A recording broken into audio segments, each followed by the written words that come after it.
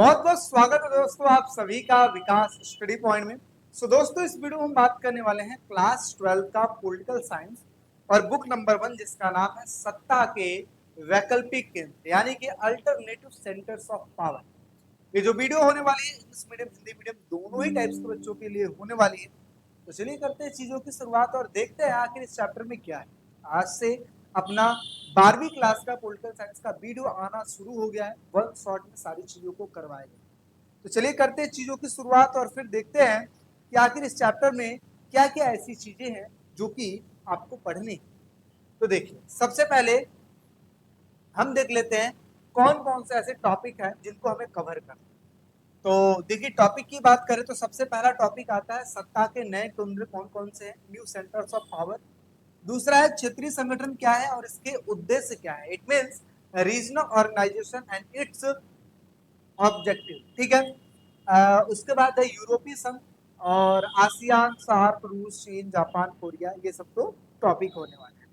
तो इस चैप्टर से अच्छे अच्छे क्वेश्चंस आते हैं। कौन कौन से क्वेश्चन आते हैं मैं मार्क भी कराते जाऊंगा, चीजों को करते रहिएगा। देखिए दो तरीका है आप लोग को करने का। सबसे पहला तरीका तो आप वीडियो देख ले रहे हैं और आप नोट्स बना लें, ठीक है। इंग्लिश मीडियम हिंदी मीडियम दोनों ही बच्चों के लिए है।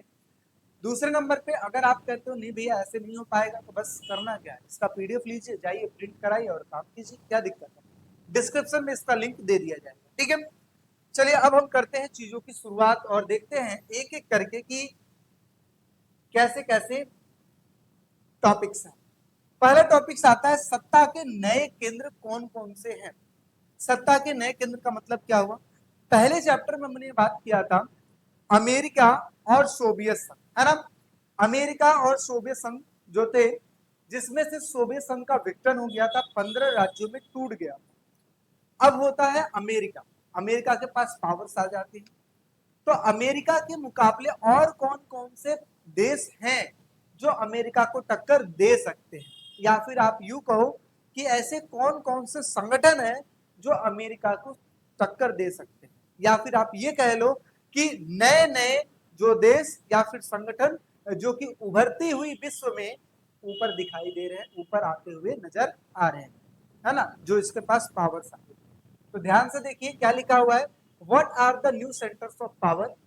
सत्ता के नए केंद्र से अभिप्राय ऐसे देशों से है जो कि अमेरिका जैसे वर्चस्व वाले देशों को टक्कर देने के लिए तथा आधुनिक विश्व के एक नए शक्ति के रूप में उभर रहा है। मतलब क्या हुआ कि आधुनिक विश्व मतलब आज मॉडर्न लाइफ में सामने आ। New centres of power refer to those country, उस कंट्री को रेफर करता है और ग्रुप को रेफर करता है that are emerging as new forces in the modern modern world, आज मॉडर्न वर्ल्ड में जो सामने दिखाई दे रहे हैं। And the capable of the challenging, जो कैपेबल है चैलेंज करने के लिए, किसके लिए, dominance of the powerful country like united state. United state जैसे जो कंट्री है उसको डोमिनेट करने के लिए चैलेंज दे सकते हैं। इन देशों की बात हो रही है। अब कौन कौन से देश है या फिर कौन कौन से संगठन है, तो यूरोपीय संघ यूरोप के देशों का संगठन, ठीक है। आसियान, सार्क, रूस, चीन, भारत, ये सब है, आप देख सकते हैं। इन सभी की बात करिए, इंडिया भी है क्योंकि उभरते हुए विश्व के शक्ति के रूप में इंडिया भी सामने आ रहा है। This countries are emerging as a new centres of in the world, ठीक है। चलिए अब हम थोड़ा सा और आगे बात कर लेते हैं, चीजों को और अच्छे से समझते हैं। बात आती है यहाँ पे क्षेत्रीय संगठन क्या होता है। अब वही टॉपिक जो अभी हमने देखा है एक एक करके हम पढ़ लेते हैं। सबसे पहला टॉपिक आता है आपका क्षेत्रीय संगठन क्या है, कि meaning of the regional organization क्या होता है, इसका मतलब। तो ध्यान से देखिए, क्षेत्रीय संगठन उन देशों को कहते हैं जो कि आसपास के देशों को मिलाकर एक संगठन तैयार कर लिया जाए। जैसे जैसे आप ये समझ सकते हो कि हम हैं, हमारे आसपास के जो भी दोस्त वगैरह हैं, ठीक है, इन दोस्तों को मिलाकर हम एक अपना ग्रुप तैयार कर लेते हैं। इसी प्रकार से जो देश होते हैं आस पड़ोस के देशों को जोड़कर एक ग्रुप तैयार कर लेते हैं, इसे ही क्षेत्रीय संगठन कहते हैं, रीजनल ऑर्गेनाइजेशन कहते हैं। देखिए क्या लिखा है, क्षेत्रीय संगठन ऐसे संगठन होते हैं जो कि कुछ विशेष देश इसमें शामिल होते हैं।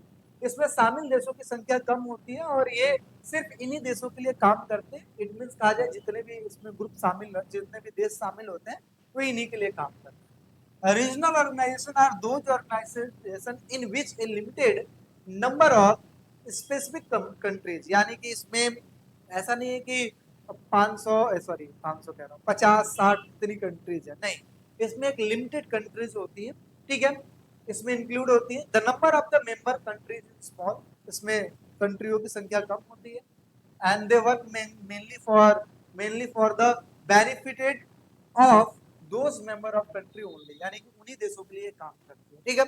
अब बात कर लेते हैं इसके ऑब्जेक्टिव की। ऑब्जेक्टिव का मतलब होता है उद्देश्य। क्या क्या है उद्देश्य भाई? सबसे पहला ऑब्जेक्टिव अगर देखें तो क्या लिखा हुआ है? To work for the development of their region, यानी कि अपने क्षेत्र के विकास के लिए काम करना है, ठीक है। दूसरा है to resolve regional dispute, regional जो डिस्प्यूट होते हैं मतलब आस पड़ोस के जो डिस्प्यूट होते हैं, ठीक है, इन चीजों को थ्रू द पीसफुली मीन्स, मतलब इसको डिस्प्यूट्स को खत्म करो, ठीक है। कैसे खत्म करना है? शांतिपूर्ण ढंग से खत्म कर देना, ठीक है।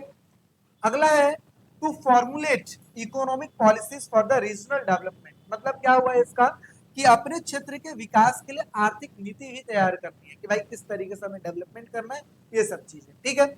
टू प्रमोट ट्रेड, ये ट्रेड को प्रमोट करते हैं और फ्री मार्केट को भी प्रमोट करते हैं, व्यापार को बढ़ावा देने के लिए मुक्त बाजार वगैरह वाली चीजें भी करते हैं ताकि आस पड़ोस के देशों में अगर कोई व्यापार हो टैक्स वगैरह उतना ज्यादा ना लिया जाए। अगला क्या लिखा है? To bring the improvement in the political system, it means राजनीति में भी सुधार लाना, ये इनके ऑब्जेक्टिव हो जाते हैं। आई होप समझ में आया होगा कि कुछ विशेष देशों के लिए बनाए जाते हैं ग्रुप, रीजनल ऑर्गेनाइजेशन। जैसे कि एग्जांपल के तौर पर मैं बता दूं शार्क, SAARC, ये शार्क बनाया गया है, एक प्रकार का संगठन है जो कि भारत के आस पड़ोस के देशों को मिलाकर बनाया गया, जैसे भारत हो गया, पाकिस्तान हो गया, बांग्लादेश हो गया, नेपाल हो गया, श्रीलंका हो गया, है ना। ऐसे ऐसे देशों को, टोटल 8 देशों को मिलाकर बनाया गया है, तो ये वो चीज है, ठीक है।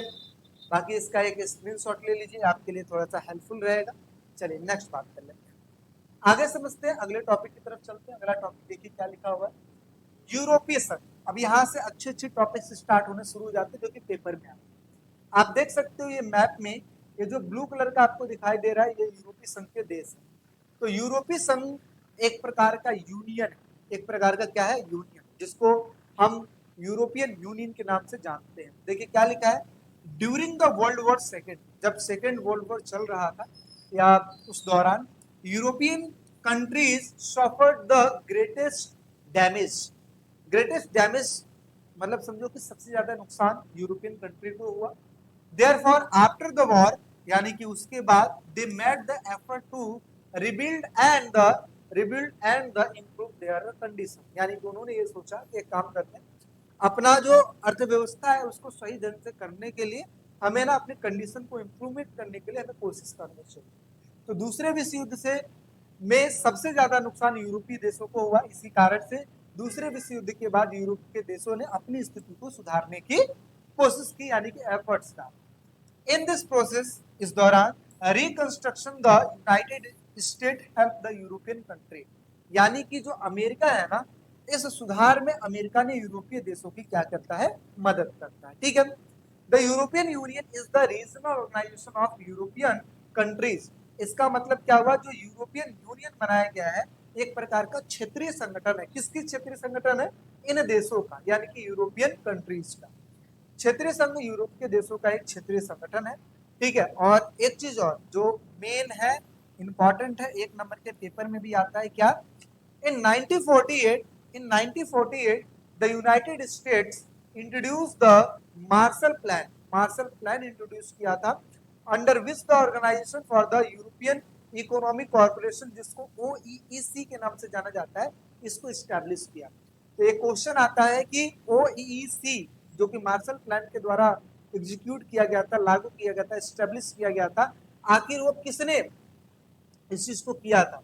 तो आप कहोगे 1948 में अमेरिका के द्वारा मार्शल योजना बनाई गई थी, इसके तहत यूरोपियन आर्थिक सहयोग संगठन की स्थापना की गई थी, जो कि इसलिए ताकि यूरोप के जितने भी देश हैं आपस में एक दूसरे को सहयोग करें, क्योंकि कहते हैं ना डेवलपमेंट तब तक नहीं हो सकता जब तक हम एक दूसरे को सहयोग ना करें, ठीक है। आई होप सो समझ में आया।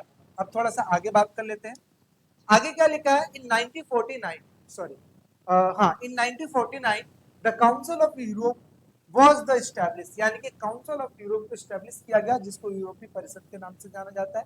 And in 1957 the European economic community, जिसको ईईसी के नाम से जाना जाता है, इसको बनाया गया। 1957 में यूरोपियन इकोनॉमिक कम्युनिटी बनाया गया, जिसको ईईसी के नाम से जाना जाता है। तो बस आपको इतना ध्यान रखना है कि जो डेट में लिखवा रहा हूँ ना, इन डेटों को मार्क कर लेना। सिर्फ देखो स्टार्टिंग नहीं है, बस इतना, इसके बाद तो सब स्टोरी आप लोग को पढ़ना है, कोई टेंशन वाली बात नहीं है, ठीक है। आगे क्या हुआ, the European union was established in 1992, यानी कि यूरोपीय संघ की स्थापना 1992 में की गई, ठीक है। यूरोपीय संघ का अपना एक झंडा है, राष्ट्रगान है, ठीक है, अपनी एक मुद्रा है, यानी कि कहा जाए अपना एक नेशनल एंथम है, फाउंडेशन डे है, एंड द करेंसी है which give it the strong position. कहते हैं ना एक देश के लिए बहुत ज्यादा जरूरी होता है, जैसे अपने देश का देख लीजिए, नेशनल एंथम है, डे है ना, राष्ट्रगान है, राष्ट्रगीत है, सॉन्ग है ना, ये सब चीजें। यूरोपीय संघ का विश्व राजनीति में आर्थिक, राजनीतिक, कूटनीतिक और सैनिक महत्व है, यानी कि ऑल ओवर अगर देखा जाए तो बहुत ही अच्छा खासा इन्होंने कर रखा है। The European union has the great economy, political, diplomatic and the military important in the world politics, यानी कि अच्छा खासा इनका अपना एक वो है, ठीक है। चलिए, ये भी आपने पढ़ लिया। अब हम थोड़ी सी बात कर लेते हैं विशेषताओं की। विशेषताओं का मतलब क्या होता है, फीचर्स। तो पहली बात तो ये देखिए, यूरोपीय संघ यूरोप के देशों को मिलाकर बनाया गया। अब जाहिर सी बात है, इनका जो ज्योग्राफिकल स्ट्रक्चर है, इट मींस जो इकोनॉमी, सॉरी, इनका जो भौगोलिक स्थिति है, यानी कि कहां कहां तक फैले हुए हैं, ये बहुत ज्यादा होगा, क्षेत्रफल काफी अच्छा होगा। तो क्या लिखा है, the European union has one of the largest economy in the world, यानी कि यूरोपीय संघ की अर्थव्यवस्था विश्व की सबसे बड़ी अर्थव्यवस्था, ठीक है। और इसमें जो दो कंट्री है, ब्रिटेन और फ्रांस, टू कंट्रीज और यूरोपीय union, United Kingdom and the France are the permanent member of the United Nation security council. अब मैं आपको यही एक चीज बता दूं, आपने नाम सुना होगा यूएनओ का, यानी कि United Nation organization. United Nation organization का एक पार्ट है क्या, सिक्योरिटी काउंसिल। सिक्योरिटी काउंसिल में टोटल 15 देश है। कितने देश है, 15 देश, आगे आपको चैप्टर में मिलेगा, अभी ध्यान से समझना।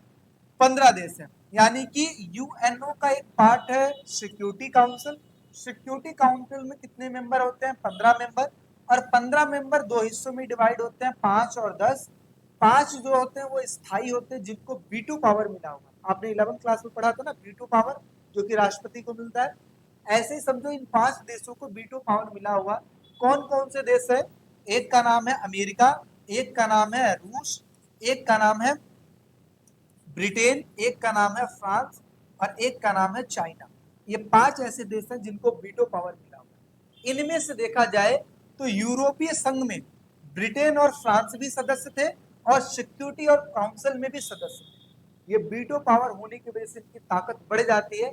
तो हम ये कह सकते हैं कि यूरोपीय संघ का एक एक अच्छा स्ट्रॉन्ग पॉइंट ये था कि वीटो पावर में इन दोनों के पास मिली हुई है, यानी कि यूरोपीय संघ के दो देश, ब्रिटेन तथा फ्रांस, यूरोपीय संघ के दो देश हैं, ब्रिटेन और फ्रांस, संयुक्त राष्ट्र संघ के सुरक्षा परिषद के सदस्य हैं, ठीक है। लेकिन एक चीज मैं आपको बता दूं कि स्टार्टिंग में यूनाइटेड किंगडम और फ्रांस दोनों ही यूरोपीय संघ के भी सदस्य थे और सिक्योरिटी ऑफ काउंसिल के भी सदस्य थे। लेकिन आगे चल के 31 जनवरी 2020 में क्या होता है कि जो ब्रिटेन है ना, अपने आप को कहता है कि मैं यूरोपीय संघ का पार्ट नहीं। इसका मतलब ये हुआ कि जो यूरोपीय यूनियन बनाया गया था उसमें से अपने आप को अलग कर लेता है। तो हम ये कह सकते हैं कि फ्रांस एक ऐसा देश है जो कि यूरोपीय संघ में भी है और जो कि सिक्योरिटी काउंसिल में भी है, ठीक है। यही बातें यहाँ पे मैंने आपको बताई। आगे, यूरोपीय संघ के पास विश्व की दूसरी सबसे बड़ी सेना है। The European union possesses one of the world largest military capability। इनके पास अच्छी खासी है। The euro can be seen as a potential challenges to the US dollar, यानी कि यूरोपीय संघ इतना तेजी से तरक्की कर रहा है कि जो यूरोपीय संघ की जो करेंसी है ये चैलेंज दे सकती है। किसको चैलेंज दे सकती है, ये कह सकते हैं कि ये अमेरिका के डॉलर को चैलेंज दे सकती है। चैलेंज कैसे, बस वही समझो कि जब किसी चीज की वैल्यू बढ़ती है तो दूसरों के लिए खतरा पैदा कर देती है। आगे, विश्व व्यापार में इसकी जो हिस्सेदारी है अमेरिका के 3 गुनी, मतलब जितना अमेरिका की हिस्सेदारी है उसकी 3 गुना किसकी है, यूरोपीय संघ की है, ठीक है। तथा इसके पास परमाणु बम भी अच्छे खासे हैं। Its share in the world trade is very large compare as the higher than that of the United States and it also the significant nuclear capability. इनके पास कैपेबिलिटी है किस चीज की, न्यूक्लियर की, तो ये अच्छा खासा है जो कि आप समझ सकते हो। तो ये हमने फीचर्स बात कर लिया, ठीक है। सबसे पहले लार्जेस्ट इकोनॉमी है, दूसरे नंबर पे जो दो देश थे ब्रिटेन और फ्रांस, जो कि इसके भी सदस्य थे और यूएनओ के भी सदस्य थे, लेकिन आगे चल के जो यूनाइटेड किंगडम है यानी कि ब्रिटेन अपने आप को अलग कर लेता है इससे। इसके साथ साथ देखा जाए मिलिट्री अच्छी खासी इनके पास, अमेरिका के लिए खतरा भी बन सकते हैं, डॉलर को नीचे कर सकते हैं, यूरो इतना अच्छा खासा है, और इसके साथ साथ इनके पास न्यूक्लियर बम भी अच्छे खासे। और क्या क्या है भाई, ध्यान से देखिए। 2005 में विश्व की सबसे बड़ी अर्थव्यवस्था है। In 2005 the European Union emerge as one of the world largest economy.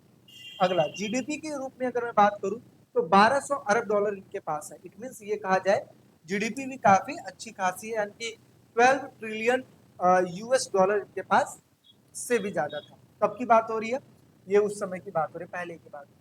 अंतरिक्ष विज्ञान में यानी कि प्रौद्योगिकी के मामले में भी यूरोपीय संघ का दूसरा स्थान है, यानी टेक्नोलॉजी के मामले में देखा जाए, स्पेस साइंस के ऊपर में देखा जाए तो इनका सेकंड पोजीशन, ठीक है। 2003 में यूरोपीय संघ ने अपना संविधान बनाने की कोशिश की थी, लेकिन वो असफल रहा था, यानी कि अपना कॉन्स्टिट्यूशन नहीं बना पाए। लेकिन फिर भी अगर देखा जाए तो इनका काफी अच्छा खासा वो है, ठीक है। In 2003 the European Union attempt to the adopt its own constitution but it is not successful, ये सक्सेसफुल नहीं। अब जैसे कि आपने अच्छाइयों की बात की, अब कुछ न कुछ तो कमियां भी तो होंगी, तो कमियां देख लेते हैं भाई। तो देखिए सबसे पहली कमी ये है कि जब ये बना था ना, इसमें कुछ देश थे, मतलब लिमिटेड देश थे, लेकिन आगे चलते देशों की संख्या बढ़ने लगी। इसकी वजह से जो पुराने देश थे और नए देश थे इनमें थोड़ा सा डिस्प्यूट होने लगा। तो ये लिखा है कि there was the dispute regarding the inclusion of the new member, ठीक है। दूसरे नंबर पे अब हर देश तो तैयार नहीं होगा कि चलो, यूरो तो एक प्रकार की कॉमन मुद्रा हो गई ना कि जो सबको एक्सेप्ट करनी पड़ेगी, लेकिन कई बार ऐसा है कि मेंबरों में डिस्प्यूट देखने को मिल जाता है, किसको देखकर, उसकी जो मुद्रा है यूरो मुद्रा को लेकर। इसके साथ साथ जो आपस में देशों की तालमेल में कमी हो जा रही है, यानी कि कोऑर्डिनेशन में कमी हो जा रही है। इसके साथ साथ ब्रिटेन के जो प्रधानमंत्री, इसीलिए तो ब्रिटेन अलग हुआ, ब्रिटेन के जो प्रधानमंत्री थे इन्होंने अपने आप को यूरोपीय बाजार से अलग रखा था, और इसी की वजह से आगे चल के इन्होंने 2020 में अपने आप को बिल्कुल ही अलग कर, ठीक है। समझ में आ रही बातें। चलिए अब नेक्स्ट बात कर लेते हैं, यूरोपीय संघ का विस्तार कैसे हुआ। तो विस्तार का मतलब अभी हमने जो पीछे पढ़ा है ना कि पहले क्या बना फिर क्या बना फिर क्या बना, वही इसका विस्तार, ठीक है। तो एक बार फटाक से देख लेते हैं। तो सबसे पहले बात कर लेते हैं कि यूरोपीय संघ जिसकी स्थापना 1992 में साइन की गई और एग्जीक्यूट किया गया आगे चल के 1993 में, ठीक है। तो कहा जाता है कि इसका अचानक से निर्माण नहीं हुआ, इसको बनने का एक प्रोसेस था। क्या प्रोसेस था, सबसे पहले यूरोपीय आर्थिक समुदाय बनाया गया 1948 में, यानी कि कहा जाए European coal and the steel, sorry यहाँ पे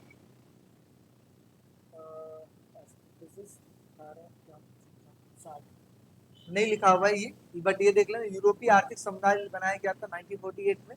दूसरे नंबर पे क्या बनाया गया था, यूरोपीय कोयला एवं इस्पात समुदाय बनाया गया था, यानी कि European coal and steel community बनाई गई थी, जो कि 18 अप्रैल 1951 में बनाई गई थी। इसके बाद यूरोपीय मुक्त बाजार बनाया गया था 1960 के दशक में, यानी कि आगे चल के क्या हुआ, 1960 में European free and trade association बनाया गया था। फिर इसके बाद यूरोपीय संघ पर मास्ट्रिच संधि द्वारा, यूरोपीय संघ का निर्माण मास्ट्रिच संधि के द्वारा हुआ। 7 फरवरी 1992 को डच शहर में मास्ट्रिच पर हस्ताक्षर किया गया और इसको पूरी तरीके से प्रॉपर तरीके से, है ना, मार्केट में लॉन्च कर दिया गया। लॉन्च क्या मतलब, एग्जीक्यूट कर दिया गया, है ना। कब किया गया, 1993 में कर दिया गया। तो ये जो यूरोपीय संघ हमें जो नजर आ रहा है, इसका निर्माण अचानक से नहीं हुआ है। पहले यूरोपीय आर्थिक समुदाय बनाया गया, फिर इसके बाद क्या यूरोपीय कोयल एंड स्टील कम्युनिटी बनाया गया, फिर इसके बाद फ्री ट्रेड एसोसिएशन बनाया गया, फिर मास्ट्रिच संधि हस्ताक्षर किया गया और फिर जाकर फाइनली इस चीज को लागू कर दिया गया था, ठीक है। तो ये चीज है। आगे बात कर लेते हैं। अब यूरोपीय संघ का जो टॉपिक था वो ऑलमोस्ट खत्म हो गया है, ठीक है। अच्छा, एक चीज और कि यूरोपीय संघ का जो 12 सितारा स्टार्टिंग में आपको मैंने दिखाया था, उनके झंडे पे 12 सितारा बना हुआ था, वो किस चीज का प्रतीक है? तो यूरोप के 12 देशों का प्रतीक है। दूसरे नंबर पे दूसरे नंबर पे वो सर्कल में क्यों है? इसलिए क्योंकि एकता का प्रतीक है। इस तरीके से आगे जब हम क्वेश्चन करेंगे तो उसको कर लेंगे। अब हम बात करने वाले हैं आसियान के बारे में। आसियान क्या है? तो आसियान का सबसे पहले आपको फुल फॉर्म याद करके रखना पड़ेगा, यानी कि association of south east Asian nation, जिसको दक्षिणी पूर्वी एशियाई राष्ट्रों के संघ के नाम से जाना जाता है। ये जो 10 देश आपको दिखाई दे रहे हैं ना, जैसे म्यांमार, थाईलैंड हो गया, ठीक है, कंबोडिया, सिंगापुर, इंडोनेशिया, ऐसे ऐसे टोटल 10 देशों को, है ना, 10 देश इसमें शामिल है। लेकिन जब बनाया गया था ना, तो ये 10 देश इसमें शामिल नहीं थे। स्टार्टिंग में कितने देश शामिल थे? 5 देश, और आगे चल के 5 देश और जुड़ जाते हैं, टोटल कितने हो जाते हैं? 10 देश। ठीक है, तो क्या लिखा है? आसियान दक्षिणी पूर्वी एशियाई राष्ट्रों की संघ है, यानी कि ASEAN is an organization of south east Asian countries. दूसरा, इसकी स्थापना क्यों की गई थी? अब देखो, सिंपल सी बात है, किसी भी चीज की स्थापना के पीछे कुछ रीजन होते हैं, जैसे कुछ उद्देश्य होते हैं। अब ये देश आपस में लड़ाई भी तो कर सकते हैं, इन देशों में कुछ समस्याएं भी तो हो सकती हैं। तो एक काम करते हैं, इन सारे देशों को मिलाकर अगर एक कर दिया जाए, यानी कि एक ही पार्ट में शामिल कर दिया जाए, तो लड़ाइयों की संभावना कम भी हो जाएगी। ये तो वही वाली बात है कि जिससे मुझे खतरा है उससे अगर आप दोस्ती कर लोगे तो जाहिर सी बात है लड़ाई नहीं होगी। तो ऐसे ही समझो। और इसके अलावा अगर किसी एक देश में कोई संकट चल रहा है तो दूसरा देश उसकी हेल्प कर देगा। तो इसी प्रकार से देखा जाए, इसकी स्थापना वियतनाम संकट, कंबोडिया संकट और इन क्षेत्र के देशों के पारस्परिक प्रयत्नों से विकास करने की आवश्यकता ने, मतलब सारे मिलकर विकास करेंगे, इसकी आवश्यकता ने दक्षिणी पूर्वी राष्ट्रों को एक कर दिया और इसके बाद निर्माण कर दिया दक्षिणी पूर्वी एशियाई राष्ट्रों का संघ। कितने देश थे इसमें? सबसे पहले 1967 में इसकी स्थापना की गई थी। Indonesia, Malaysia, Philippines, Thailand, Singapore, ऐसे देशों को मिलाकर बनाया गया था। ठीक है, its formation was influenced by the need to address region issue such as the Vietnam war and the Cambodia conflict, as well as desire of these countries to promote the development through the collective efforts, यानी कि हम साथ रहेंगे तब जाके development हो पाएगा। These factors motivate the South east Asian nation to form the region, यानी कि यही सारी चीजें मिलकर आसियान बनने पर जोर दिया। 1967 में इसकी स्थापना की गई थी। Indonesia, Malaysia, Philippines, Thailand, Singapore ने मिलकर इसकी स्थापना की और आगे चलकर जो 5 और भी देश है इसमें शामिल होगा। ठीक है, आप देख सकते हैं इन देशों की बात हो रही है, इन देशों की। ठीक है, ये बड़े रूप में मैंने दिखा दिया, आप चाहो तो पॉज करके देख सकते हो। अच्छा, अब बात कर लेते हैं इनके जो झंडा है इसकी क्या विशेषता है। तो देखिए, आसियान के झंडे में धान की 10 बालियां हैं। ये धान की 10 बालियां हैं। अच्छा, 10 बालियों को कहा जाता है बीच से बांध दिया गया है, इसलिए अब धान की 10 बालियां इतनी बड़ी बड़ी, उसको बीच से बांध दोगे तो ऊपर गुलदस्ते की तरह ऐसे खुल जाएगा, नीचे ऐसे खुल जाएगा। तो ये इस चीज को दिखाया गया है। ठीक है, तो आसियान के झंडे की 10 बालियां हैं जो कि 10 देशों का प्रतीक है, 10 देशों को दिखाती है। The flag of association of south east Asian nation features a bundle of 10 stalks of rice. ठीक है, इस चीज को दिखा रहा है, जो आपस में मित्रता का, एकता का, भाईचारे का प्रतीक है। यानी कि this 10 stalks represent the countries of the southern east Asian, this symbolise the friendship, unity and the brotherhood, यानी कि भाईचारे को दिखा रही है। ठीक है, आगे ये जो वृत्त है, वृत्त मतलब ये जो गोला है, ये किस चीज को दिखा रहा है? ये सर्कल को दिखा रहा है। ठीक है, सर्कल इन द सेंस मतलब एकता को दिखा रहा है ना, एकता का प्रतीक है। Indonesia, Malaysia, Philippines, Singapore, Thailand, ये तो आपने पढ़ ही लिया था। कंबोडिया, म्यांमार, वियतनाम, लाओस और दारुसलाम, ये 5 देश और इसमें शामिल हो जाते हैं। और इस तरीके से कहा जाता है टोटल 10 देश हैं आसियान। ठीक है, आई होप आपको समझ में आया होगा। अब बात कर लेते हैं मोटिव्स, यानी कि ऑब्जेक्टिव का। हर एक संगठन के एक जैसे ही ऑब्जेक्टिव है। तो क्या लिखा है? To promote the economic, social, specific, sorry scientific and administrative cooperation among member countries, यानी कि जितने भी देश इसमें शामिल हैं, इनकी चाहे सोशल की बात हो, सामाजिक की बात हो, वैज्ञानिक की बात हो, एडमिनिस्ट्रेटिव यानी कि प्रशासनिक की बात हो, इन सभी चीजों को कॉर्पोरेट करके चलना, बढ़ावा देने की बात की जाएगी। अगला है to accelerate the economy, economy को बढ़ाना है। Social and the culture development in the region, यानी कि इन क्षेत्रों में आर्थिक, सामाजिक और सांस्कृतिक विकास की गति को तेजी करनी है। To establish the region strength and the security, यानी कि कहा जाए क्षेत्रीय शक्ति तथा सुरक्षा को बढ़ावा देने की बात होती है। To cooperate in the development of the agriculture trade and the industry, यानी कि कृषि व्यापार उद्देश्यों को विकास में सहयोग करना, बढ़ावा देना। किसी एक देश पर आक्रमण सभी देशों पर आक्रमण समझा जाएगा। Attack and one member countries will the consider to attack, सभी पे हमला माना जाएगा इस चीज का, ठीक है। परस्पर देशों में शांतिपूर्ण ढंग से रहना, यानी to resolve the differences among the members countries through the peaceful means and the dialogue, यानी कि शांतिपूर्ण ढंग से इन चीजों को सॉल्व करेंगे, ठीक है। तो ये हो गया इसके उद्देश्य। अच्छा, वही जो उद्देश्य अभी हमने पीछे पढ़ा ना, उसी को मॉडिफाई करके थोड़ा सा छोटे रूप में आपके सामने आया है। जैसे to promote the regional cooperation, क्षेत्रीय सहयोग को बढ़ावा देना। To encourage social economic trade culture cooperation, सामाजिक आर्थिक व्यापारिक सांस्कृतिक चीजों को बढ़ावा देना। टू रिजोल्व द डिस्प्यूट, आपस में कोई ऐसा डिस्प्यूट है उसको रिजोल्व करना पीसफुल तरीके से। टू अपोज द टेररिज्म, आतंकवादियों का विरोध करना, और ऐसी चीजें आप किसी में भी लिख सकते हो। To promote the world peace, शांति को बढ़ावा देना। To enhance the regional trade and through the SAFTA, ठीक है, southern Asia preferentials trading agreement, यानी कि कहा जाए तो SAFTA और SAPTA के माध्यम से क्षेत्रीय व्यापार को बढ़ावा देना। अब यहाँ पे SAFTA का मतलब क्या हुआ? South Asian free trade agreement, यानी कि ट्रेड जो होगा उसमें जो टैक्स है उसमें रिलैक्सेशन मिलेगा। और ये बनाया गया था बेसिकली गुणवत्ता के, यानी कि क्वालिटी के, ठीक है, क्वालिटी एंड क्वांटिटी के लिए बनाया गया था कि क्वालिटी और क्वांटिटी में कोई समझौता नहीं किया जाएगा जितने भी इसमें देश शामिल।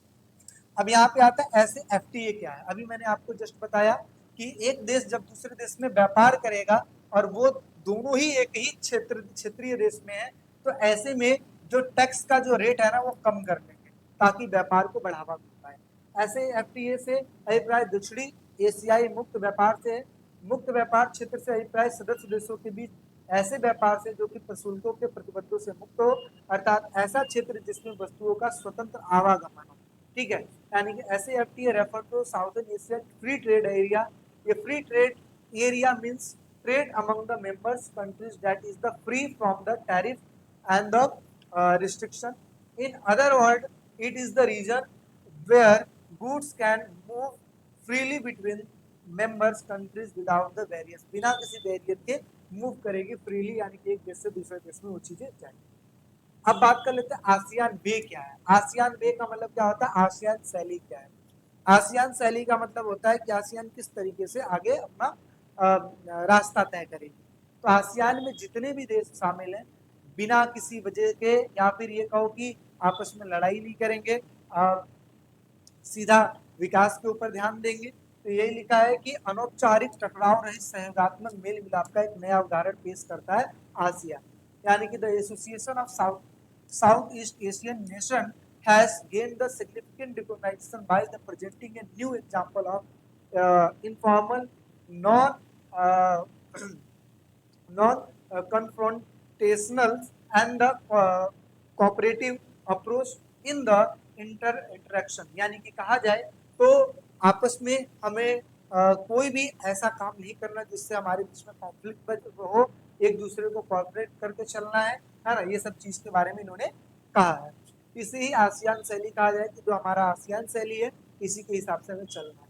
आसियान सबसे तेज रफ्तार से विकास करने वाला संगठन है।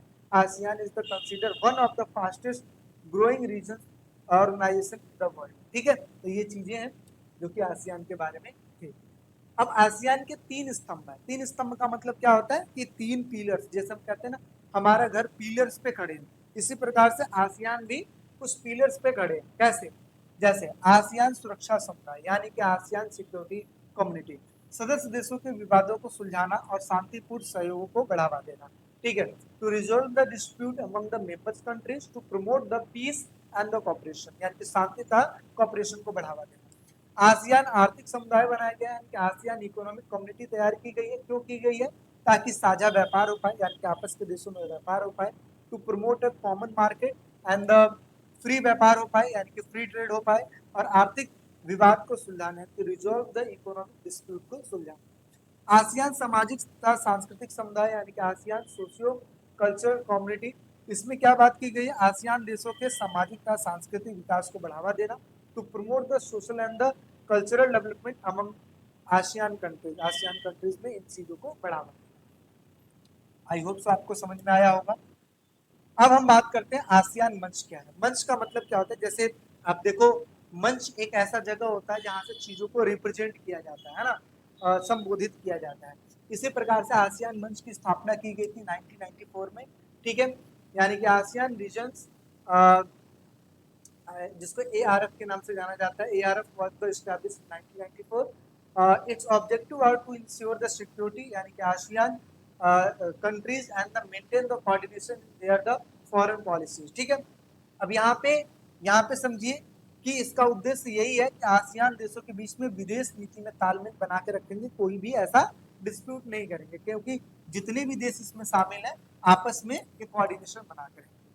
अब एक क्वेश्चन जो कि बहुत पहले से पूछा जाता है, हालांकि आगे लग रहा था कि ये टॉपिक निकाल देंगे, बट ये ऐसा नहीं हुआ, बट पूछा जा सकता है, जिसको ध्यान रखिएगा। आसियान विजन 2020 क्या है, इसको समझिए।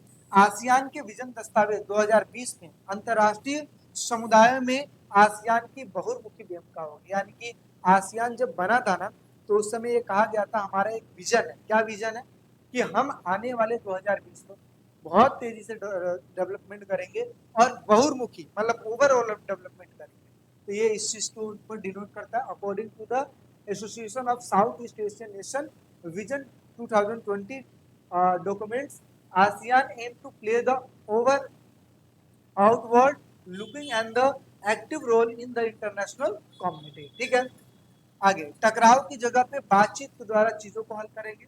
To emphasise promoting dialogue instead of the conflict, यानी कॉन्फ्लिक्ट अगर कुछ ऐसा हो जाता तो हम बातचीत को ज्यादा प्रेफर देंगे।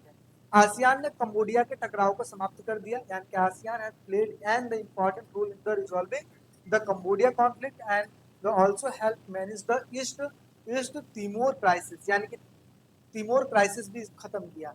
यानी कि आपस के देशों में अगर चल रहा कोई डिस्प्यूट है उसको भी रिजॉल्व करते थे, और अदर कोई ऐसा रिलेशन में उसको भी चीजों को रिजॉल्व करते थे। तो ये इनका उद्देश्य था, ठीक है। तो आई होप आपको चीजें समझ में आई होगी। तो ये हो गया इसका फर्स्ट पार्ट, और सेकंड पार्ट में हम इस चैप्टर को कर लेंगे और चीजों को वो करेंगे। एक बार आपका काम ये है कि देखो हिंदी मीडियम इंग्लिश मीडियम दोनों ही बच्चों को पढ़ा रहा हूँ, थोड़ा सा वीडियो लेंथी हो सकती है। अदरवाइज मैं कहूँ कि यूट्यूब से हटकर अगर आपको कहीं पढ़ना है तो आप हमारे एप्लीकेशन पे आइए, जहाँ पे आपको एक एड फ्री प्लेटफॉर्म मिलेगा, जहाँ पे सिर्फ पढ़ाई की ऊपर ध्यान दिया जाता है। तो आप उस पर ज्वाइन हो सकते हो, और 499 का कोर्स है जिसमें आप पूरे साल स्टडी कर सकते हो, ठीक है।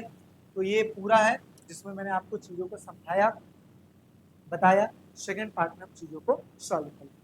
अगर किसी भी चीज़ में कोई दिक्कत है तो आप मेरे से कमेंट सेक्शन में पूछ सकते हैं। अदरवाइज मेरा नंबर भी है डिस्क्रिप्शन में, और इसके साथ साथ व्हाट्सएप ग्रुप भी है, आप उसमें ज्वाइन हो सकते हैं। चलिए फिर मिलते हैं नेक्स्ट वीडियो में। Take care, bye bye.